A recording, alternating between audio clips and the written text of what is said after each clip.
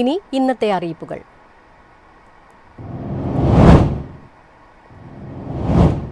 സംസ്ഥാനത്തെ സർക്കാർ ആശുപത്രികളിൽ ഇനി ക്യൂ നിൽക്കണ്ട. 752 ആരോഗ്യ സ്ഥാപനങ്ങളിൽ ഇ-ഹെൽത്ത് സംവിധാനം സജ്ജമായതായി ആരോഗ്യവകുപ്പ് മന്ത്രി വീണ ജോർജ്.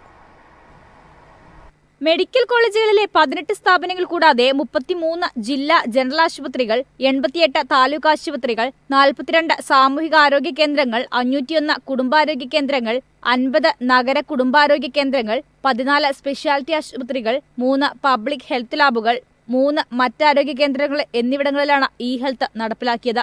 മുഴുവൻ ആശുപത്രികളിലും ഇ-ഹെൽത്ത് സംവിധാനം നടപ്പിലാക്കുകയാണ് ലക്ഷ്യം. സംസ്ഥാനത്ത് ഇ-ഹെൽത്ത് സേവനം നേടുന്നവരുടെ എണ്ണം കൂടിയിട്ടുണ്ട്. ഇതുവരെ 2.61 കോടിയിലധികം ജനങ്ങൾ ഇ-ഹെൽത്തിലൂടെ UHID രജിസ്ട്രേഷൻ എടുത്തു. താൽക്കാലിക രജിസ്ട്രേഷനിലൂടെ 8.51 കോടിയിലധികം പേരാണ് ചികിത്സ തേടിയത്.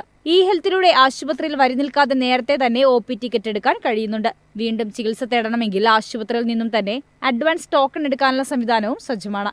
News desk MyFin TV.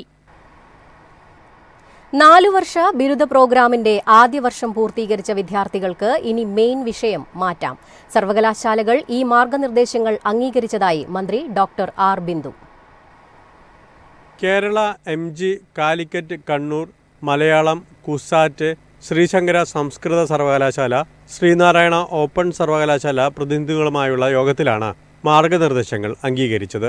Main മാറ്റത്തിനായി അടുത്ത അക്കാദമിക് വർഷത്തിന്റെ ആദ്യ പ്രവൃത്തി ദിനം ഓരോ വിഷയങ്ങളിലുമുള്ള ഒഴിവുകൾ കോളേജുകൾ പ്രസിദ്ധീകരിക്കും. ആവശ്യമെങ്കിൽ 10% അധികം സീറ്റ് ഇതിനായി അനുവദിക്കും. ആദ്യ 2 സെമസ്റ്ററുകളിൽ മേജർ മാറ്റം ആഗ്രഹിക്കുന്ന വിഷയങ്ങളിൽ വിദ്യാർത്ഥികളുടെ മാർക്ക് അടിസ്ഥാനപ്പെടുത്തി കോളേജുകളിൽ റാങ്ക് ലിസ്റ്റ് തയ്യാറാക്കും. ഒരു വിദ്യാർത്ഥി മാറിപ്പോകുന്ന സീറ്റിലേക്കും പ്രവേശനം നടത്താം. ആദ്യത്തെ 5 പ്രവൃത്തി ദിവസങ്ങൾക്കുള്ളിൽ ഈ പ്രക്രിയ പൂർത്തിയാക്കും. കോളേജുകളാണ് വിദ്യാർത്ഥികളുടെ പ്രവേശന നടപടി പൂർത്തിയാക്കുക. News desk MyFin TV.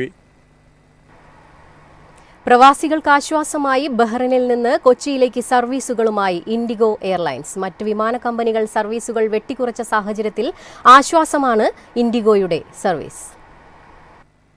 June 15 ആരംഭിക്കുന്ന സർവീസ് സെപ്റ്റംബർ 20 വരെ നീളും. ദിവസവും രാത്രി 10:20 ബഹ്റിൻ കൊച്ചി റൂട്ടിലും വൈകിട്ട് 7:30 കൊച്ചി ബഹ്റിൻ റൂട്ടിലും ഓരോ സർവീസ് വീതമുണ്ടാകും. നേരത്തെ കോഴിക്കോട്ടേക്കുള്ള ഗൾഫ് എയർ സർവീസ് പൂർണ്ണമായും നിർത്തലാക്കിയിരുന്നു. ഞായർ, തിങ്കൾ, ബുധൻ, വെള്ളി ദിവസങ്ങളിലാണ് ഗൾഫ് എയർ കൊച്ചിയിലേക്ക് സർവീസ് ഉള്ളത്. ഏപ്രിൽ 1 മുതൽ 2026 മാർച്ച് വരെ കൊച്ചിയിലേക്കും തിരിച്ച് ബഹ്റിനിലേക്കുമുള്ള ചൊവ്വ, ബുധൻ ദിവസങ്ങളിലെ സർവീസുകൾ എയർ ഇന്ത്യയും വെട്ടിക്കുറച്ചിരുന്നു. News desk MyFin TV. TCS walk-in interview ഈ മാസം 26 ഇൻഫോ പാർക്കിൽ നടക്കും. 4 മുതൽ 9 വർഷം വരെ പരിചയസമ്പന്നരായ IT പ്രൊഫഷണലുകൾക്ക് പങ്കെടുക്കാം.